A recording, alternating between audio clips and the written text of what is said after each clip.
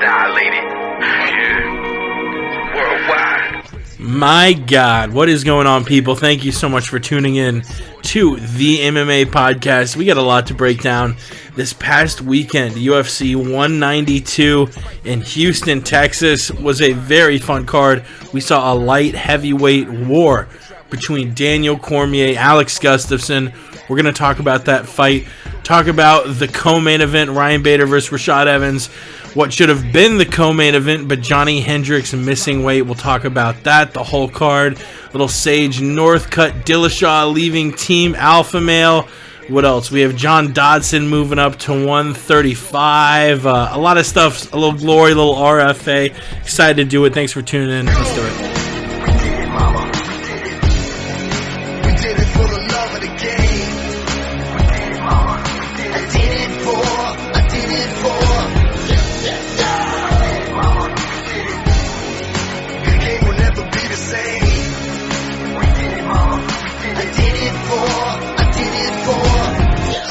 You're listening to the MMA Podcast. That's right. It is the MMA Podcast. Once again, thank you so much for tuning in.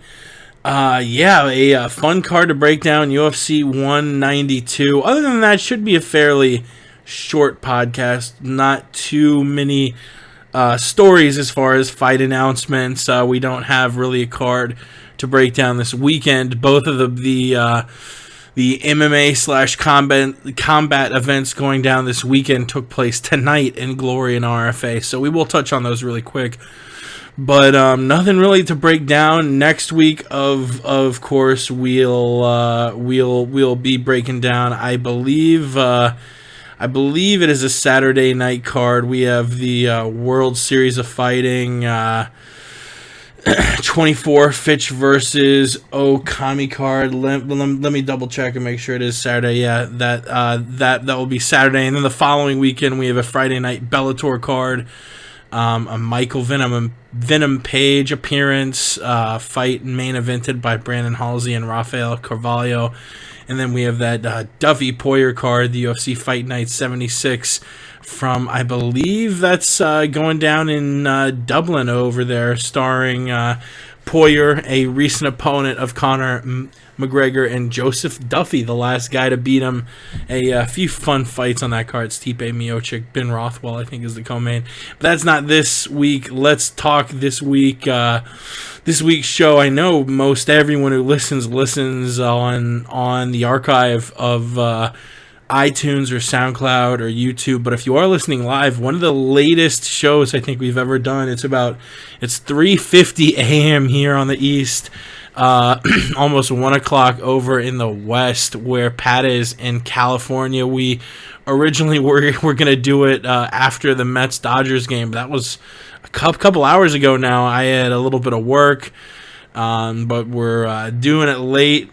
Probably not going to last too long, just based on the fact that it's almost damn 4 a.m. here on the East Coast in Florida. But Pat, thank you for staying up, and what the hell's going on, brother? Oh, Jake, just a big pimpin', sir. Thank you for staying up 4 a.m. in the East Coast time where you're at. It's a beautiful Friday night, into Saturday morning now over here in Southern California. And just ready to give you that good MMA talk you're looking for, like always. UFC 192 was a pretty sweet card, and have a decent amount of news to break down for the folks. It'll be a little late night quickie, but looking forward to it. Hell yeah! And I do want to apologize for Game 1. We stayed up for it. Mets, Dodgers. Any proclamations or predictions for Game 2? You have, in my eyes, the probable Cy Young winner is Zach Greinke playing tomorrow night, and everyone who doesn't watch baseball is screaming at whatever device they're listening to the podcast now on.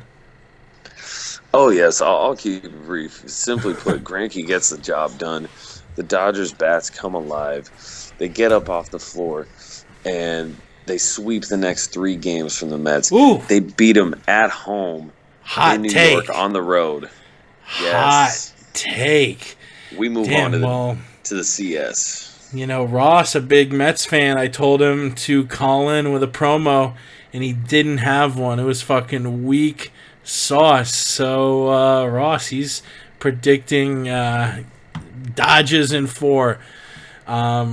We'll see next week how that's going. But, yeah, let's start off with this past weekend's card. UFC 192, Cormier Gustafsson. Going down, like I said, in Houston, Texas. Pat, were you able to watch it live? What was your viewing situation?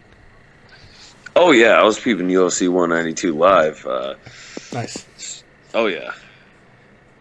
So we had the prelims, and look, I'll cut the bullshit. The thing everyone was talking about was this 19-year-old. I don't know if you can call him a phenom, but apparently the whole world is super into him because he's got a six-pack fucking carved out of ice, and I don't know, the guy has generated. I really don't get it. I don't get it from the flip.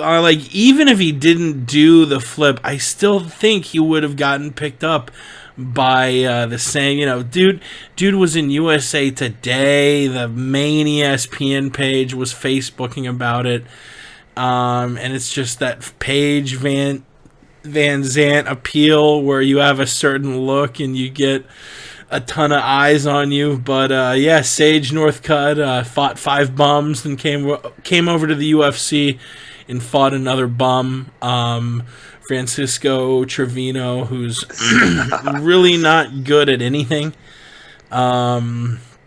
Finished it a minute in. Do you think this kid actually has real potential, or is this going to be a sort of guy we bring in just on looks, crushes a couple cans, but once he gets matched up against a legit lightweight, he sort of gets his shit handed to him? Well, I think it's kind of hard to judge just based off of the 60 seconds or however long that fight went versus Francisco Trevino. I mean, Trevino does have at least one win in the UFC against, I think it's Hene Forch. I don't know if I'm saying that right, but he can at least say that. So he was 1-1 in the UFC, I want to say, coming into that fight. So a solid victory for Sage. I mean, yeah, is Francisco anywhere near the upper echelon of 155 pounds? Certainly not. Probably in the top 30 if out of 40 fighters, or I don't even know how many active lightweights they have on the roster right now. I'm sure it's a ridiculous amount. However, yeah, Trevino, not a super high guy on the ladder anyways. A lot of people would argue if it weren't for the fact that the UFC is trying to do 50 events a year, guys like Trevino would not be in the UFC. And whether guys like Sage Northcutt would be in the UFC or not, that remains to be seen. Northcutt, he did do a really good job against Trevino. I mean, I don't think Trevino had been handled quite that easily in the UFC before. So a good showing for him. Showed some good striking, mixed it up real nice with a takedown. The elbows were good. Definitely seems, I mean, with the front flip, that kid, I mean, that's all core. You were talking about those abs, Jake. That is all core with that front flip.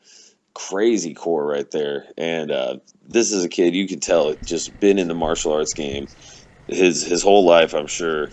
And he's got that potential, it looks like anyways. I mean, who knows? There's been a lot of guys coming up, especially with the karate-looking thing, that have had the hype train put on them, and it gets derailed pretty quick. And 155 pounds is a shark tank, so I'm sure the UFC will give him the PVZ treatment and bring him along real slowly. Yeah, and I think he'll get to crush a couple cans. but I would really love to see him. I don't know. Think how fun Nate Diaz versus Sage Northcutt would be. You have this cocky, undefeated 20-year-old, and Nate Diaz flicking him off, probably beating him the fuck up. I think Sage, he has a chance. I'm not going to say there's no way he wins, but we've just never seen him put up against anyone. And the fact that there's this glaring problem in strength of opponent, I just have a feeling that, what's more likely? He steps in, versus a powerhouse, well-rounded guy like Michael Johnson. I mean, this is not a weak division at 155. It isn't like he's at 25 or 265.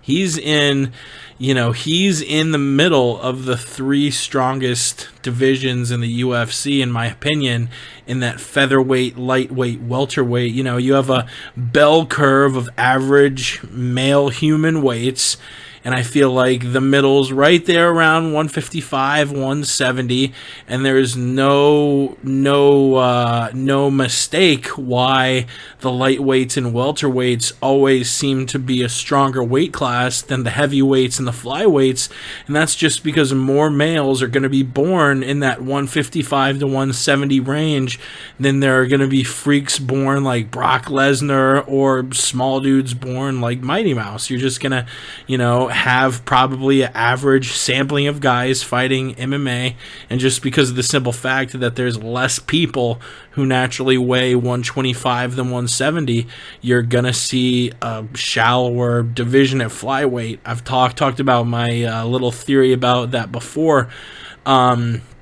Sage at 55, 55 is arguably the toughest division in the UFC, and if you don't concede that, I would say you have to say it's at least top 3. So you look at the top 15 lightweights in the world, and all of them are fucking animals. I mean, like I mentioned, Nate Diaz, Michael Johnson are here. This is your 10 through 15. So this is the bottom portion of ranked fighters. Beneil Dariush, Ali Aquina, Bobby Green, Dustin Poirier, Nate Diaz, and Jim Miller. All those guys are fucking killers. You have Tony Ferguson, who's like fucking gangbusters, fighting so well, and he's only 8th. I'm just going to go by likelihood, not because I'm trying to hate on Sage or anything like that, but you show me any 155er who, he's fought a bunch as a kid and he's beat up these bums, and I'm going to say, just going by likelihood, I'm not going to say you're never going to be champ, but look at those top lightweights. Good fucking luck. And that's really all I have to say on Sage Northcutt. Yeah, I think you put it fairly well there. 155. That's just the true Shark Tank. That's Everest, man, and I wish him luck. But getting up to be the lightweight champ, that's fucking Everest. Yeah, absolutely. Maybe he can be one of those guys that works his way up to, top 10 or top 5. I mean, who's to say? He is only 19 years old. He has time. Yeah, shit. I mean, Belfort, I think, started in the UFC when he was 19, decades ago. So, we could be old-ass men, and Sage is still fighting. That would be awesome. I wish Sage, along with almost every other fighter in the UFC, I genuinely, wish him good luck. I think more people in the sport are good people as compared to shitty people. But yeah, definitely. I'm not going to hate, which that's a whole nother thing I'll get into maybe on another show, but I hear people fans say the most ridiculous shit about fighters, and saying, "Oh, Sage Northcutt, you piece of shit!" Like, and it isn't just him. It's just so many fighters do the word hate. Like, "Oh, I hate so and so fighter." It's like, really? You hate them? Like, damn. I mean, John Jones tried to publicly clown me on Twitter, and I don't hate that man. I actually hope he gets better, and he's able to fix his life up. But people who use the word hate, it's just like, Jesus Christ, okay. But MMA fans are a whole nother breed. I guess your prelim winners, Derek Lewis, Sergio Pettis, Sage Northcutt, Rose Namajunas, Adriano Martins, Albert Tumanoff, and Yair Rodriguez, most of those winners being favorites. Let's break down the first chunk of the main card. Juliana Pena over Jessica Ai in a fight that Pena won the first round. Ai won the second round, but it was very strange. Pena got warned on 3 different occasions for punching Ai in the back of the head. And then Ai is on the bottom. I think she was being held in side control or half guard. And she's on the bottom, and she throws her leg up. And it sort of looked like a mix between her trying to knee Pena in the head and her just trying to swing her legs to kind of get the momentum to either sweep or stand it up. And Ai ends up kneeing Pena from bottom, which we rarely see knees to the head when you're being held on the ground. She didn't even get a warning. She got a point taken immediately for the knee, which I saw a lot of people questioning on Twitter when it happened. Pena went on to win the third round, which I was rooting for Ai partially because I had a little bit of money on her. But I was almost glad to see Pena win the third round, which kind of took meaning out of that bullshit point taken. Because if I would have won the third round, it would have been a 28-28 draw that she should have won. But Pena ends up winning the fight, and rightfully so. 29-27 on all 3 judges' scorecards. Joseph Benavidez, kind of like Pena's buddy Tate, just further cements the fact that he's the number 2 guy at flyweight. And what do? Like Tate, Benavidez has lost twice convincingly to the champion. So do you make that trilogy fight? And I mean, after you get beaten decidedly 3 times by a guy, I don't think you can make a fight again. You could make Junior Kane 4, because Junior won the first one. But both for Tate Rousey and Benavidez Johnson, you have to know as Tate or Benavidez going into this fight, you have to at least make it close, or you will never get a chance again. You pretty much have to change weight classes as long as this person's champion if you want to be a champion. So it's a strange spot we haven't really seen in the sport up to this point, but we might be getting there in 2 different divisions. And Ruslan Magomedov winning a pretty expected one-sided decision here, out clenching and outworking Sean Jordan. 3 decisions. What stood out for you? Man, you know what? I really like the Jessica Ai versus Juliana Pena fight. I like both those girls. They're real scrappy fighters. Lots of strikes thrown, lots of strikes landed. 77 strikes landed for Ai, 100 for Pena. 70% accuracy for both of them. It was a good mixed martial arts display all around. Benavidez versus Bagutinov. I mean, I love the flyweight division, but I mean, there wasn't as much action as the women's bantamweight affair.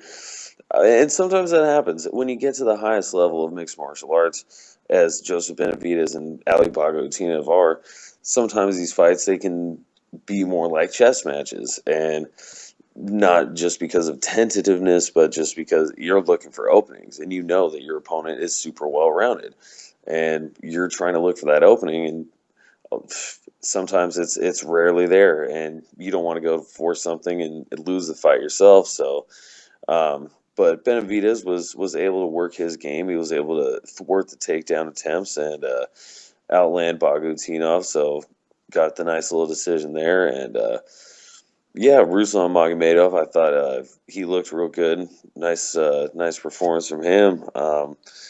He's a good prospect for the heavyweight division. And I don't know. I liked I like the prelims a little bit more on this card, more so than the main card. What about you, Jake? Yeah, we actually did another UFC fight party for this main card, which ended up being another card where it wasn't terrible, but it wasn't great. I mean, we had every single fight go the distance. We had no finishes. We had not only 3 decisions, but 3 very grinding decisions. None of them were like flashy back and forth. They all were grinds, and the Cormier-Gus fight was definitely entertaining, but for a couple rounds that fight was a grind. Bader-Evans was a grind. Bader grinded out Evans. We'll talk about it briefly. All the champions, I think, were pretty dominant. Even Cormier in a 3-2 victory, I thought was much more dominant in the rounds he won than Gus. He won than the rounds where Gus was dominant in the rounds that he won. Which I guess before we dive into the 2 fights at light heavyweight at co-main event and main event, let's talk briefly about the big rig. Just not more than 12 hours after we did last week's show, we found out early Friday morning that Johnny Hendricks had missed weight and was not going to be able to fight at UFC 192 in the co-main event, and Dana White was going to make him move up to middleweight, and Tyron Woodley would get the title shot next. A lot of fallout from Johnny missing weight, and it was so bizarre too, because normally when a guy misses weight like this, especially in a high profile fight, you can sort of tell it's coming. You can see pictures of them, like, okay, they look a little bigger than usual. But this was the exact opposite. Not only did we not expect it, but Johnny has had issues in the past, and everyone was like, oh wow, he looks shredded. He's said in many interviews that the weight demons are behind him, etc., etc. So this was a case where Johnny's had issues before, and the entirety of the MMA world was like, oh wow, he's really fixed this up. Look at him, he's shredded. And he didn't miss weight. He didn't even attempt to. It wasn't like he stepped up on the scales and didn't hit. He was trying to cut, and his body just shut down. He had to go to the ER, pull out of the fight. Very bizarre story. What was your initial reaction, and what do you make of all this? Let's save talking about Johnny going to 185 until after we talk about sort of the immediate fallout. But it's, I don't know, I want to blame him, but it sounded like he was being more diligent with his weight, and it was his body failing. I don't know. He's a big guy. Apparently he showed up to fight weekend in Houston 27 over, which is a lot, but I've heard of flyweights cutting 24, 25 pounds. I think Ian McCall weighed in at 150, like 1 or something before a fight just a few days prior. So, 27 is a lot to cut, but it's not like an unheard of number. What were your thoughts on this? I was quite shocked myself. Johnny Hendricks has had the weight issues previously. He hadn't missed weight before, but if I recall, he had at least had one fight where he needed another attempt, or he had to go back and lose some more weight. Yeah, that was the infamous, I believe, fight against Robbie Lawler. I want to say that was in Texas too. I want to say it was at 171, and that was the fight where for some reason the UFC was following around Nick Diaz with cameras, and Diaz is yelling at Hendricks from the crowd area, like calling him a fat ass. I'll try and pull up the footage, but I remember my God, it was right. Yeah, it was They probably very paid him to do bizarre. that. This says Nick Diaz, and I bet they fucking did too, Pat. This is Really? Nick Diaz taunts Johnny Hendricks at UFC 171 weigh-ins. Here's the video. Johnny, 170 pounds, 170. Johnny, too heavy, Johnny. Stop that. You are running. Too heavy, Johnny. You're fat. Start running. And the thing that gave it away for me is, well, if this is if this is genuine, then why are UFC cameras following him around from the get-go? Come on. I'll let you keep going there. Yeah, it was that was just a ridiculous affair. But Hendricks, when he mentioned moving up to 185, I'd always questioned why he would mention that, because he seems just like a guy, at least height-wise, his height and reach, you would think he would want to be at 170 pounds. And I mean, even at 170 pounds, they do have a lot of guys that are stature-wise larger than him. However, him at 185, I mean, it'd just be hard for me to see. I'd like to see how he would compare to, say, Yoel Romero. I mean, my goodness, a fight between those two would be insanity, actually, now that I'm talking about it. But Johnny Hendricks, if he moves up to 185, that needs to be his first fight, unless Yoel ends up in a title fight. Anyways, I digress. I was shocked, though, because he had not actually had to pull out of a fight or miss weight, had his purse taken away from him. And this time he just wasn't even able to show up to fight. I was quite shocked. Johnny Hendricks is a NCAA Division I two-time national champion, and I would imagine that he would have his weight under control at this point. It's been fairly well publicized that Johnny does balloon up when out of training. And again, this was the guy who was the 170-pound UFC champion. You would think that for the duration of your career as a champion, you would never be out of training. It would just make sense to be perpetually in training as a person with the championship belt that everybody's gunning for. And rightfully, Johnny Hendricks should still be the UFC champion. It's just all quite surprising to me. I was quite taken aback, and it really makes me wonder if it's a motivation issue or just a pure physical issue. Yeah, and I mean, shoot, one of the reasons why I don't think it's a motivation issue is just look at his body. I mean, yeah, a few fights ago when he was rocking like a big gut between fights, then you could question it, but you look now, the guy's got a six-pack. I mean, he looks in better shape than we've ever seen him. I really sympathize for him. Dana making him move up is stupid because this is the first time he's ever missed weight. Period. You don't force a guy up because he misses weight one time. And yeah, he had to weigh in twice once. But guess what, Dana? That's making weight. And I mean, you look at the guy's record. He has not lost since a loss early in his career in 2010 to Rick Story.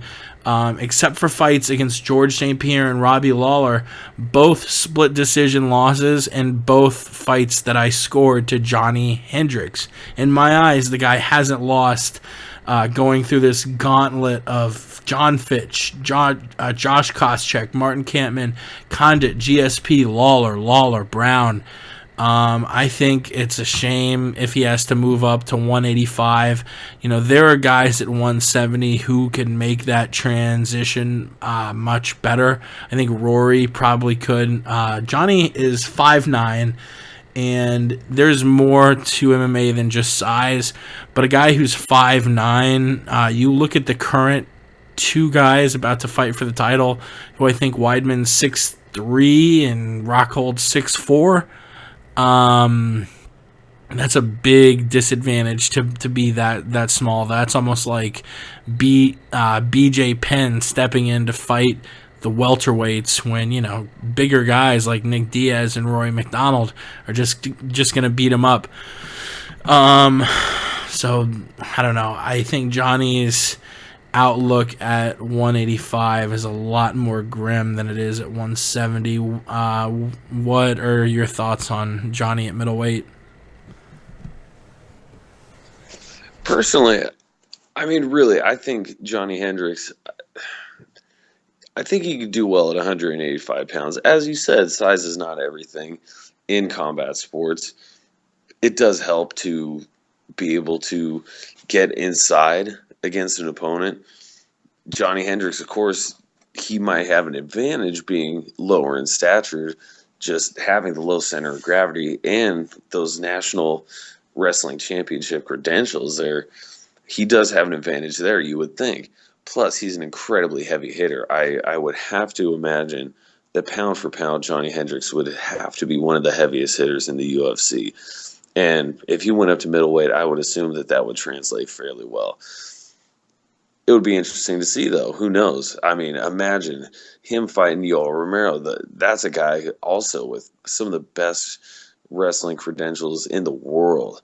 And he's got crazy heavy striking power. He's shown some flying knee knockouts. So he's fairly well-rounded himself.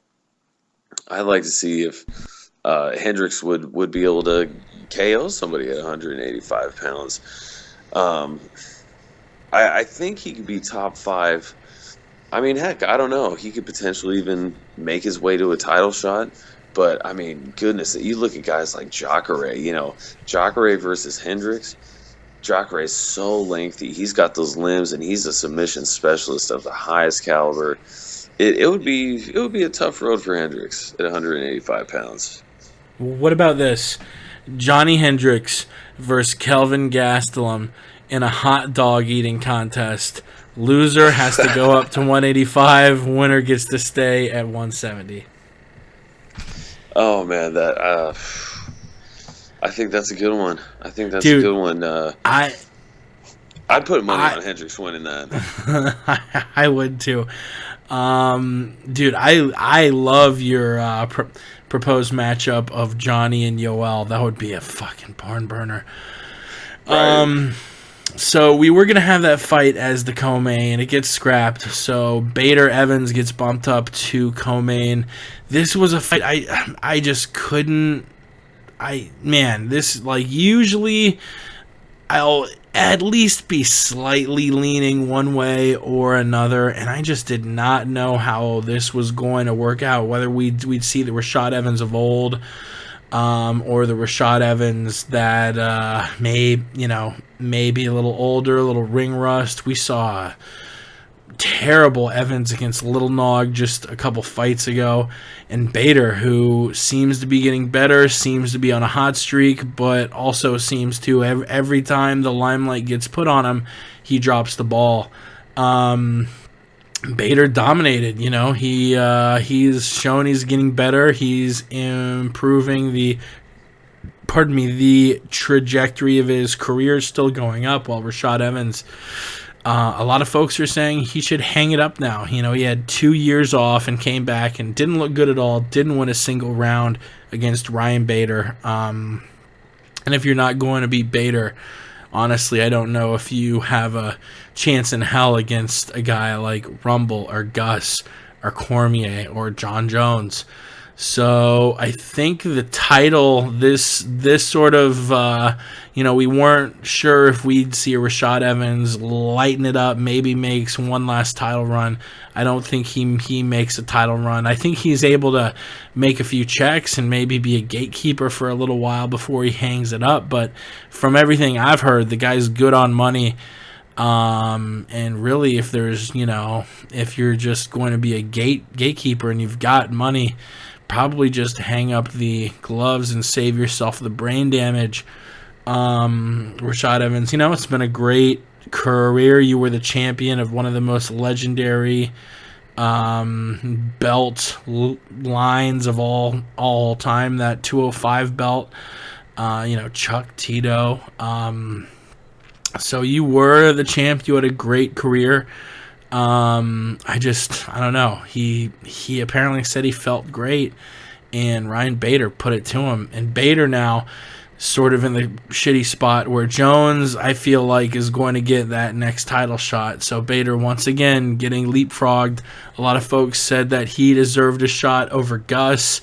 Gus gets it. Now Jones will probably leapfrog him, and he might need to fight Glover Teixeira, a guy it's his most recent loss, I believe. Gonna have to wait a little bit longer on that title shot. What was your thought?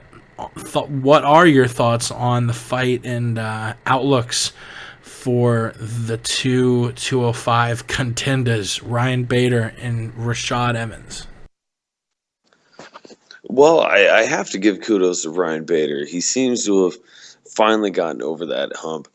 In the co-main event on the pay-per-view slot for this UFC 192 card, he beat arguably the toughest test in his career in Rashad Evans, albeit this was Rashad Evans coming off of a fairly serious injury and surgery. It was a good fight for him, though. Again, as you had mentioned, Ryan Bader had come up short in his previous title eliminator fights, going all the way back to when him and John Jones were both undefeated prospects. Of course, certainly no shame in that loss or losing to John Jones at any time in either of your careers. But that was kind of the trend that continued throughout Ryan Bader's career. And then finally, now here we are. He had these 4 fights, the 4-fight winning streak, and was starting to put it together quite well and taking on some tough competition. And he was able to handle Rashad Evans quite nicely, I must say. Again, it wasn't the prettiest fight to watch. Not a whole lot of the ones on the main card were. The prelims definitely had all the fantastic action with the knockouts and all that good stuff. Certainly no Robbie Lawler, Rory McDonald 2s on this pay-per-view card, but it was a good performance for Ryan Bader, and it would be good to see him get that Teixeira fight back, because even in the Teixeira fight, he had Teixeira hurt, and he got a little over anxious, went in there and just started swinging wild, wasn't playing the game smart, and he got clipped. And he said he wants that one back if he can't go for the title. So I say, hey, he's got the 5 in a row. Why not give the guy a chance to get that one back? And we'll see how the John Jones DC situation plays out. I mean, everybody's assuming that's the matchup that's going to get made. So, hey, I think Glover versus Bader makes sense in the time being. You think Shad should hang him up? I mean, that's up to Rashad. I still feel like we could see the Rashad that came out in the Sean Salmon fight, in the Chael Sonnen fight, in the Chuck Liddell fight. And, maybe it was just ring rust. Rashad has had some injuries, though, over the last couple of years, I feel like. It hasn't just been, this has been his most major one, I want to say, but he has had some dings here and there. He was supposed to fight Shogun for the light heavyweight title, but he got injured. That's where John Jones stepped in and began his reign of dominance. So Rashad has been getting hurt more over the years, and that's just up to him whether he wants to keep going through it. But I mean, hey, if he can stay healthy, stay active, maybe shake off some of that ring rust and come back to form, God bless him. I hope he can, and if that's what he wants to do, I wouldn't mind seeing him do it. But if he wants to hang him up, I mean, hey, it was a fantastic run for him. The Ultimate Fighter second season, back when it still meant something. He won the second season at heavyweight, was a UFC champion, undefeated, and I mean, gosh, it's certainly been a great career for him, and I could certainly see him working with UFC on Fox or the UFC in some capacity behind the microphone. I mean, he's already doing that as it is, so I could see him stepping into something like that quite easily once he does decide to hang him up. Definitely. That would be a very good fit for him. He's done it a bunch, and he's very good at it. I guess let's get to that main event now. Daniel Cormier and Alex Gustafsson. It was a very fun back and forth fight. Like I sort of thought it would. I thought it'd be close. It wouldn't be a one-way street. We'd probably see a lot of big moments for both guys. You had Cormier landing heavy uppercuts from the clinch. You had Gus land, I think in the second round, a knee that could have ended the fight. I mean, we've seen DC in such tough spots, whether it's getting cracked by Rumble, getting cracked by Gus, surviving 5 rounds against John Jones where he kind of got his ass kicked. The guy's got a heavy chin on him. In this fight against Gus, he needed it. Both guys were fucked up when the fight was over. It was very fun to watch doing the fight party with Ramses. Shout out to Dwayne Finley, MMA, of course, Front Row Brian, and the Filthy FRB show. And really quickly, our buddy Filthy Tom Lawler, who as of, I guess we're doing a late podcast, so it's already Saturday, but as of yesterday, as of Friday, Tom Lawler, a new father, had his first child, so big Yes. shout out Tom, Papa Filthy Tom Lawler with the birth of his first son Finn. So big shout out to Tom. But back to the subject at hand, Gus Cormier. What did you think of it? Looking on Twitter, just about everyone had it 3-2 or 4-1 to Cormier. Saw a couple 3-2 Gus's, and we saw that reflected on the judges' scorecard as it was a split. One judge scoring at 3-2 for each side, and the final one scoring at 4-1 to Daniel Cormier. What did you make of this light heavyweight title? Well, it was a good title scrap. I will say that. Again, it wasn't a Robbie Lawler, Rory McDonald 2, but it was a good scrap. I mean, heck, it wasn't even a Gustafsson versus John Jones, but I don't even want to say it was close, but it was a good fight. It was certainly a good fight. And Gustafsson, now I talked about it a little bit before the fight, that he had that range and he had those knees, and man, he almost pulled out the shocker with that knee. I mean, my goodness, if there were pride rules and you could knee to a down opponent, I mean, Gustafsson would be the champion of the world. But man, that was a great heart, great chin from Cormier, as always. He would have kneed his head into the fucking club boxes. Sorry. No. Yeah, Gustafsson, really surprised with that. But, I mean, Cormier, definitely no surprise with that heart. That is a man that has battled through adversity in the cage and outside the cage. And it was a good fight. He showed the champion's resolve there. And I'm sure they're going to do, I'm sure they've got the John Jones fight lined up next. That's what they've got to do after this. I mean, as good as this fight was, and I mean, heck, you could say, I mean, I do believe that Gustafsson won the fight against John Jones. I really do. And I do believe that Daniel Cormier won this fight against Alexander Gustafsson. I feel that was fairly clear as well. I had it 3-2 for Cormier, although I wouldn't mind going and rewatching that one again. But so I mean, heck, if you want to look at it as Gustafsson actually having beat John Jones and Daniel Cormier beating Alexander Gustafsson, well, then maybe that gives a little more validity to the title. I know a lot of people are hung up on the fact that John Jones never lost. He was stripped of the title. Daniel Cormier lost to John Jones for the title, and I completely actually buy into that line of thinking, and I do still think that in spite of the win over Gustafsson, he hasn't lost to, or Jones already beat Cormier, and Cormier needs to beat Jones to really be esteemed as the true champion. As sad to say as it is in the UFC, but I feel with Jones coming back, the time for him to make that happen is almost at hand. Yeah, and we've had 2 title fights since Jones left. Cormier-Johnson. It was originally supposed to be Jones-Johnson, but instead we got Cormier-Johnson and now Cormier-Gus.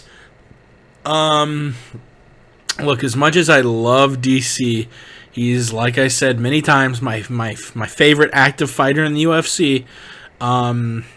Cormier-Johnson and Cormier-Gus did not feel like title fights, and I know they were.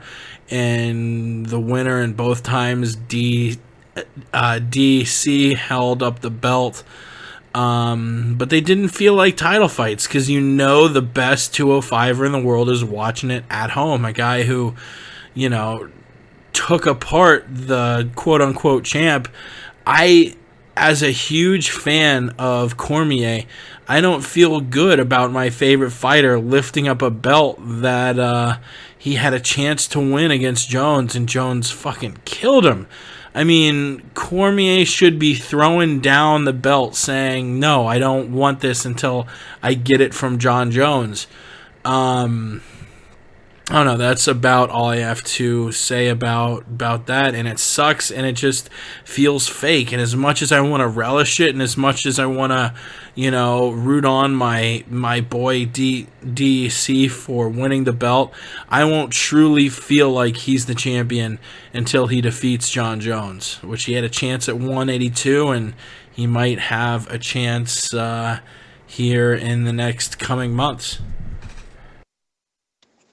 Yeah, I agree 100%. I mean, and it'll be interesting to see if DC, if he will have the champion's mentality. He's got the belt technically, his first defense technically, and again against a guy that many thought beat John Jones. So he has all that in his pocket, and he does. I mean, he's got the tools to beat anybody, but John Jones absolutely took him to school in their fight.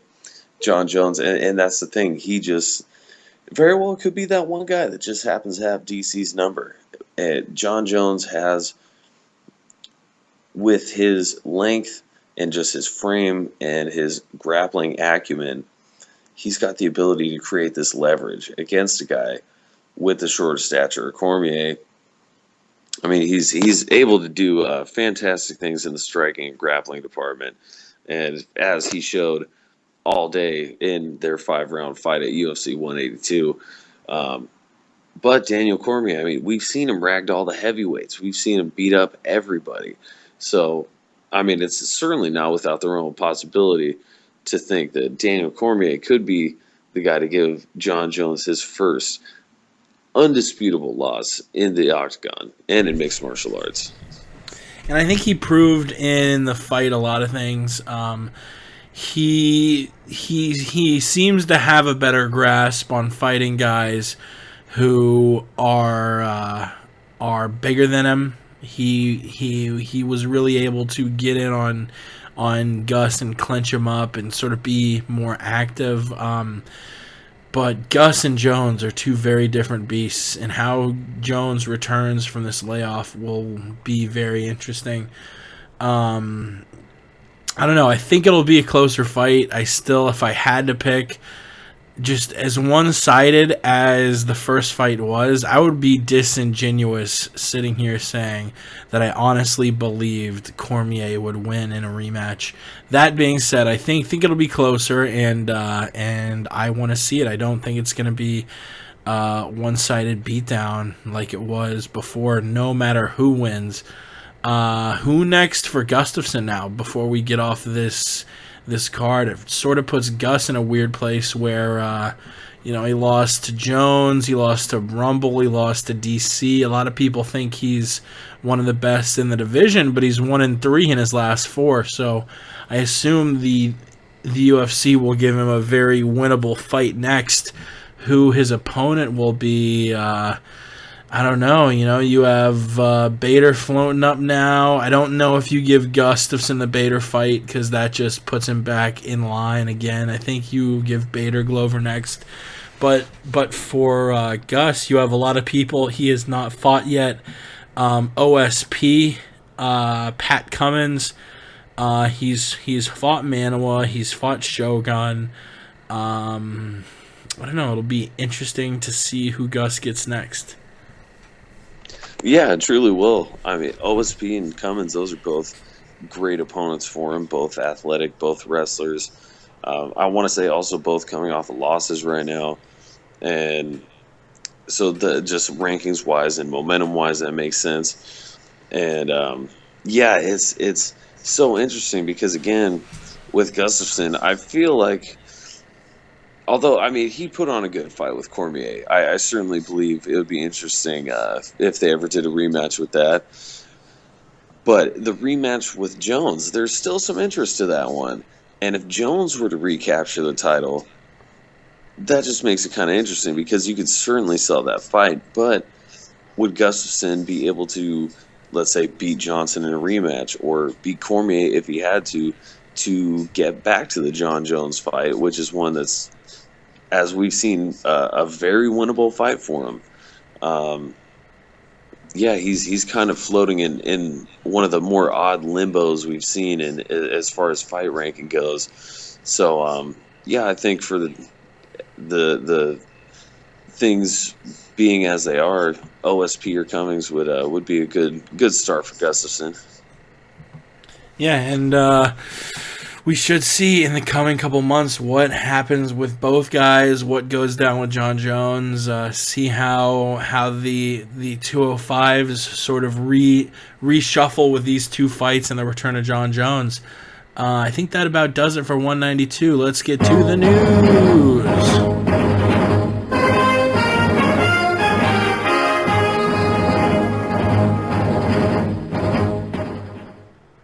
Few quick news blurbs. Congrats to Gilbert Jamal Smith and Joe Schilling, the winners on tonight's Glory and RFA cards. We would break them down, but a little pressed for time here. Also, Joe Warren tests positive for marijuana after his win at Bellator UFC 143 a couple weeks back in Texas.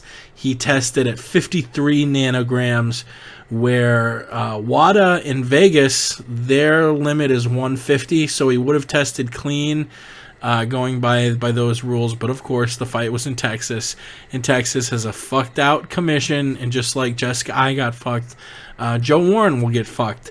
So big thumbs down over to the Texas Athletic State Commission, or the Texas State Athletic Commission, whatever they call themselves. You fucked. I believe. Brendan Schaub also on tonight's Fight Companion officially retired from MMA. So hats off to a fighter who's probably found more success in podcasting than any other fighter. I can't think of a name who really has taken off with podcasting like he has with his podcast with Brian Callen. Just a few news topics before we get up and get out of here. TJ Dillashaw apparently is leaving Team Alpha Male to go train with Dwayne Ludwig. I think the name of the team is is MP Elevation or something. I believe that's what it's called. It's Dwayne Ludwig's camp. They also have fighters like Kat Zingano, Brandon Thatch, training with pretty world renowned coaches like Dwayne Ludwig, Lauren Landau. But, we sort of have seen this rift going on for a while now, and now Dillashaw makes it official, completely turning his back on Team Alpha Male. We've touched on this, I think, a couple weeks ago, talking about this big rift with Faber and Dwayne Ludwig. What do you make of the official move, and do you like it if you're Dillashaw moving from, a camp where you got a lot of killers, Faber, Benavidez, Mendez, to, there are still, a few guys out there, but I don't know if there are as many killers, especially guys tuned to that smaller weight. You have Mendez at 45, Benavidez at 25, Faber at 35. I don't know if he'll find that same talent at similar weight classes as he did at Team Alpha Male. That's a great point, Jake. I mean, he's training with great coaches, as you mentioned, and the partners that you mentioned there as well that he's training with, those are some top-level athletes. Brandon Thatch, he's a top talent, as is Kat Zingano, and working with the great coaches. And it's always good to spar outside of your weight class, but sparring inside your weight class, I mean, especially coming to fight time and things like that, you need to be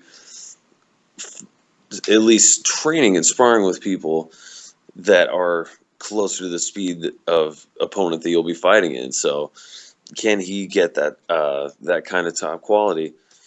I wouldn't doubt it. I mean, I'm sure they can work something out, and it'll be interesting to see who comes over to this camp in the coming months. I wouldn't doubt that they're going to have some other people coming over, maybe some sort of affiliation with another gym. So I'm sure TJ will be good on talent as far as that's concerned. And his game has certainly evolved to a point where, of course, I mean, you want to keep evolving, and it seems to be that's what he's doing. I mean, he's going to a new camp, and I think should be a positive move. And another positive as well. I mean, TJ and Uriah, they've kind of mentioned before, hey, you know what, we might fight, but hey, they're not even with the same camp anymore. So could that be a little rivalry going on there all of a sudden?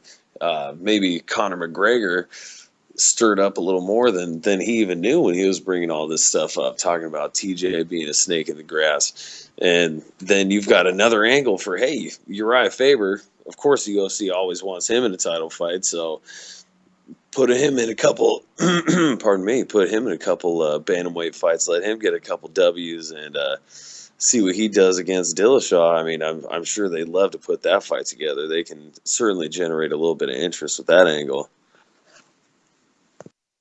Yeah, and once this Cruz fight happens, I think either way, win or loss, we see a Dillashaw-Faber fight. I think this benefits Faber just for the rift. It puts him in a spot where he can fight Dillashaw with a clean conscience. I don't blame Dillashaw. If you have to choose between Faber and Ludwig, it obviously seemed like Ludwig was giving him better coaching, better instruction, and man, I can't wait for this Cruz fight because that's going to be a fun war. Last bit of news, I guess, before we are. Last bit of news. John Dodson moving up to 135, coming off the loss against Mighty Mouse. You can't really blame him, but Dodson apparently will be moving up. How do you think he fares at bantamweight? Your current top five: Dillashaw, Cruz, Brow, Sun Xiao, Faber, McDonald. I have Dodson beating McDonald, Faber. I think when you get up to a Sun Xiao and Barao, that'll be close. That'll be tricky. I don't know, man. The guy has a ton of power at 125, and I guess the real question is whether that power can translate at a higher weight class. Can he still knock top guys out? Usually we don't see fighters being able to do that, but if they only, if you're only moving up 10 pounds, you might be able to. Last topic of the night before we close it out. How do you think Dodson is able to move up to bantamweight? You think it's a successful move? Yeah, I think Dodson should fare well at bantamweight. I mean, it's quite well known that Dodson has actually knocked out TJ Dillashaw, who is the current champion. Of course, TJ, I would say, at least in my estimation, is a great deal better. I mean, a completely different fighter than he was on that Ultimate Fighter finale that night. Yeah, I think he wins the rematch there. I mean, it's certainly quite possible. TJ has just evolved leaps and bounds with his striking. However, Dodson does have that in his back pocket. If he comes out there and just wants to bull rush him and use what very well could be a speed advantage in the cage, he's got a shot there. But I think Dodson, much like Benavidez, could contend very well at the bantamweight division. He does have a pretty good game there. I mean, I think flyweight is really his optimal weight class, but I think he sees TJ there with the belt and just wants to make a run for it. There are some bigger bantamweights these days, but yeah, I think Dodson is a well-rounded guy, and I think he's got what it takes to. I mean, I think he's definitely top 10, I would say, or he has the ability to be top 10 certainly at 135, and potentially top 5. Yeah, quick news before we end it. John Bones Jones just 3 minutes ago tweeted for the first time, I think, in about a half a year since his big ordeal in May with the drunk driving and the crash. John Jones tweets for the first time, tweeting, quote, "I'm going to show you how great I am." Very odd timing. I think it's 2:44 a.m. in Albuquerque where he lives and trains. So the only logical conclusion I can come up with is John just heard us talking about him versus DC, and he wanted to let us know real quick. Quote, "I'm gonna show you how great I am." That's the absolutely what happened there. Do you think the second stanza of John's career is as good as the first? The first, he strings, this incredible streak, beating legends, coming up, turning into a pound-for-pound king, and then he gets stripped of the title, and now it's time to write Chapter 2. Will Chapter 2 be as good as Chapter 1? Well, I think that's the question only John Jones can answer, Jake. Will this be the Tiger Woods scenario where he comes back and just that game is lost? John Jones has been through a similar incident before. I think he'll be able to rebound, and I mean this is just second nature for John Jones. You could tell the things he's been doing in the UFC are the things he's been doing since essentially his first fights in, I don't even remember what the little podunk organizations he got his, I don't know, first 2 fights before he went to the UFC or whatever it was. But yeah, he was busting the same shit, and I think it's just second nature to him. He wasn't out due to injury.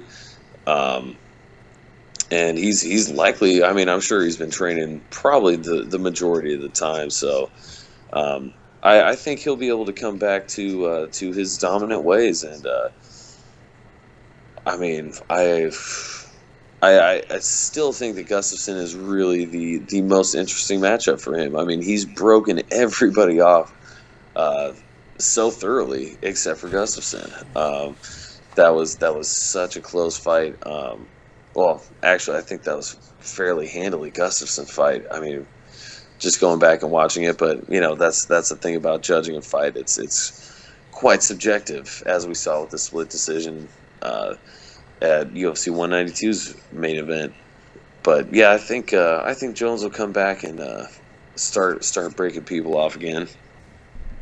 I mean, I wonder if he's as faded as we are right now, as he's listening to us talking. Probably. That motherfucker's been hitting the bong. I look at John's record. It's such a shame that it says 21-1, and he has to have that stain of the fucking Matt Hamill bullshit DQ. But Jones, let's call him what it is. Let's call him 22-0. He had an amazing first chapter, and I think he can. I think he gets right back where he left off, and he's even scarier. The guy's been lifting weights a bunch now, is apparently taking it more seriously. The guy apparently had a 1 week long training camp for Gus. I honestly think if we see a second fight between John Jones and Gustafsson, that Jones starches him. I say, man, I hate saying it because I've got a little bit of I don't know if ill will's the right word, but a little bit of contention towards John Jones. But I honestly think you put him in a cage across from any human being on the planet, Chris Weidman, Cain Velasquez, Brock Lesnar, Fabricio Verdum, Daniel Cormier, Alexander Gustafsson. I think Jones starches him, man. I honestly do. I think Jones is a world beater. I think he'll finish his career as the undisputed greatest of all time. I think he's as close to a Michael Jordan of the sport as we might see in our lives, and I think he gets back in the cage and just fucks everyone up once again. And for those that hate him, which for a while there, I don't know if I hated him, but I didn't like him at all. Get ready for a long ride, because I think Jones, and he's still young. He's 22-0, one of the best of all time, and he isn't even 30 yet. The guy just turned 28 a few months ago. The guy's got a lot more to do in the cage, and I don't see anyone beating him for a long time. I guess that does it. Shoot, Pat, any shout-outs before we send it off? Well, Jake, I got to give shout-outs to our good homies out in the UK, Ray and Jay from the UK. Ray and Jay, Dirty Blue. The J Jeans and MMA Mental. Those are the homies right there. Of course, all the homies from the MMA podcast. All right. You all right? All the boys. Steve Lowenstein. The Aunt Jimmy Show. Ramesses. Yow the Truth. E before the L. Finkelstein. The Eagle. Westland Eagle AH. We got to shout everybody out, Jake. It's always a pleasure doing this with you. I know you'll get the rest. And it's always a pleasure. And Johnny, go to sleep, homie. We got to train up. Up. It's time to knock out. Train up, son. Get this one. We got to go get it. Shouts out to the homies. Shit. The MMA enthusiasts. AMS. The Scottish Fedor. Kevin Black. Who, he used to leave us some funny-ass voicemails. He stopped doing it. Kevin, I got a challenge between now and next week. Leave us another hilarious voicemail to play on the show. Our boy Redneck Trucker Hat. Who the fuck else? Super Calo. If you're not following Super Calo, then you don't know what you're missing. Talk MMA. Dwayne Ludwig. Dwayne Finley MMA. Who else? We got to give shouts out to the homie TJ Lavin.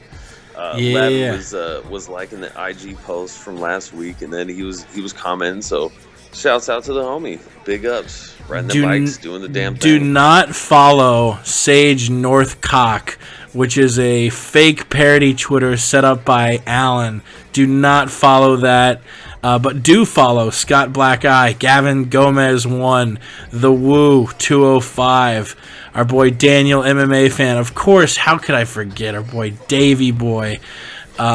Big shouts out to Davey Boy. We have to get him back on soon. Our boy Gavin Frost. If you're listening, we love the shit out of you. Mad Samurai, the NC Diver, and that's all I'm going to get to this week. We'll be back next week talking all sorts of MMA madness. And until then, for myself and for Pat, we gone. Tune into the MMA Podcast every Tuesday night. Got the wild style, always been a foul child. Realize, sucker, I be the coming like Noah. The MMA Podcast, Jake is the host. And since Ramsey's been in the wheelchair, the Aunt Jimmy Show has been on the road. I wanna say John Jones is a host, so I think that I'll pick up the phone and dial 213-457-3380. We got hot takes on the stove. You get blood on your clothes if you're sitting in the front row. I throw on my gi and then I lace the hoops. I'll have Yao lying down cause he ain't the truth. And if Alan wasn't a cop, I'd mention you. And shout out to Ross Finkelstein the Jew. Cause according to you, you're an MMA guru. A Brew Bisbing lost his hands count too good. If you're a fancy boy, you get a 2-minute slot. Mystery wants a title shot.